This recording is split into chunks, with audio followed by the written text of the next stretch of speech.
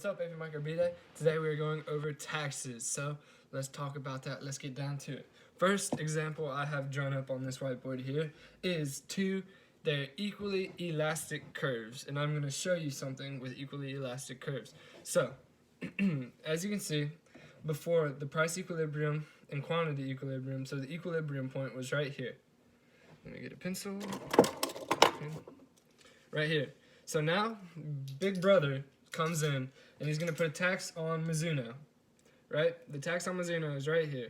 Changes the supply curve to the left a ton because it's elastic. And we'll see what this does to deadweight loss. So now that supply is here, the new supply curve is here, this is also the quantity tax. And you can see that the product supplied significantly drops to here, and the product bought significantly drops to here, as to here.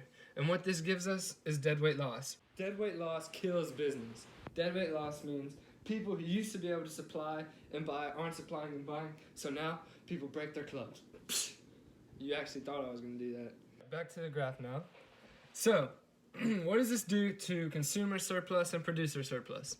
Let's check that out. So, producer surplus used to be in this whole region down here, and now it is just this small little happy face. There's only like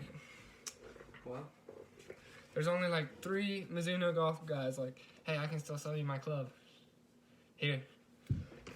As opposed to there being that many people happy selling clubs. And consumer surplus went from all this up here to just that little small smiley face. So now only the most dedicated golfers are like, I'm still buying Mizuno golf clubs, I'm still happy, but everyone else is depressed. And what about Big Brother? Let's talk about Big Brother, since they always get the good side of everything. Since they're both equally elastic, there is no one who has the tax burden fall on them more so than anyone else. So, let's look at this. You just have a little cop with the thing I'm not gonna say. You know, cops have weapons, it's something like that. But there's a cop. The cop gets his revenue protecting the people from taxes. He gets paid from taxes. So he's out here protecting our citizens, protecting Americans because of the tax on golf clubs, because of the tax to produce golf clubs. Finally, tax revenue, how much money is actually being collected, is the tax times quantity. So what that means is that's this entire box. Say this were 20 and so the quantity tax was $20 and the product bought was 10. Do the math, 20 times 10 equals 200, and that is it for this graph. We're back now with an inelastic. They're both equally inelastic. Look at, already you can tell what that does to deadweight loss. The deadweight loss is so much smaller than when it's elastic, and that's the main thing you're gonna get out of this. Everything else is relatively the same, but there's some minor differences, so let's go over that. So first of all, you can see supply to shift because of the quantity tax here. There's still deadweight loss. I have to break my club again, but not as hard because there's not as much. Now let's look at producer and consumer surplus. As you can see, they're still getting some taken away here from the tax, but they're still happier. So, you know, you still have Mizuno sellers and buyers just, hey, I'm more happy than if we were an elastic business, we were an elastic market. All right, now let's go over the tax. So the government obviously isn't making as much money since they're both inelastic. There's not as much deadweight loss as we know with if it was to be elastic. So they're still getting taxed. The burden is falling equally on producers and suppliers since they're equally inelastic here, which I said earlier. I explained myself earlier. And this time the tax is 20 times 5, so there's only $100, and it's supplying teachers. Why would I support raising the minimum wage?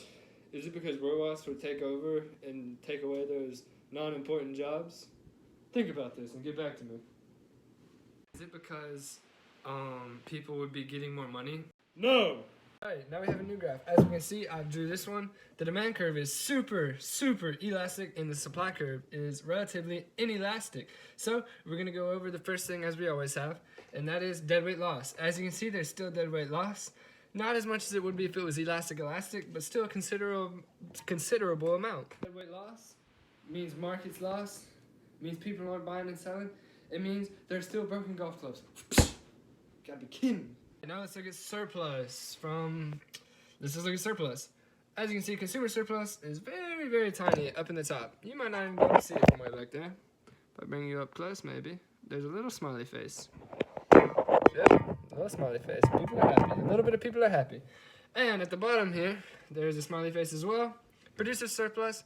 They have a little bit more surplus. But what about the burden of the tax? What about it? What about it? Never forget that. As you can see, the supply curve is inelastic compared to the demand curve. And look at that. Look at that. Just look at that face. They're like, wow. Because anytime something's more inelastic, anytime a curve is more inelastic than the other, the burden of the tax falls on them. Look at that. They are paying the majority of this tax. The suppliers are paying the majority of this tax. But the consumers aren't paying that much of the tax. Even though they have less surplus, they're not paying as much tax. So good for the consumer here. Producers like myself, Mizuno producers, are paying the majority of this tax to this guy right here. What's up, dude? I'm a state lifeguard. Check out my surfboards over here. Yeah, man. Thanks for the tax revenue, producers of Mizuno. Appreciate y'all. So, as you can see, the burden falls mainly on the producers of Mizuno in this case, and they're mad. The consumers don't really care that much, obviously, because the tax isn't affecting them that much. Still dead weight loss, and that's that. Little side note from the last video, I forgot to say tax revenue. Tax revenue is the tax, the quantity tax, times just quantity. So, if I were to give you numbers there, it's literally just simple multiplication. It's like a box. So, I mean, not much to say there, again. Alright, last example here is the exact opposite of the last video. If you were smart, you'd be able to tell that it's going to be the opposite of everything I just said. If you're not smart, keep watching the video, and I'm going to explain it to you. Alright, so, the supply. Now, supply 2 is here because the quantity tax has moved. So, as you can see, still dead weight lost. Gotta hate it. The market, I just hate that it's being wasted. And now, let's look at surpluses. As you can see, consumer surplus, hey, they're happy over here. So, you know what that means. Lots of consumer surplus. We're all super happy. You know, we're getting this for a good price.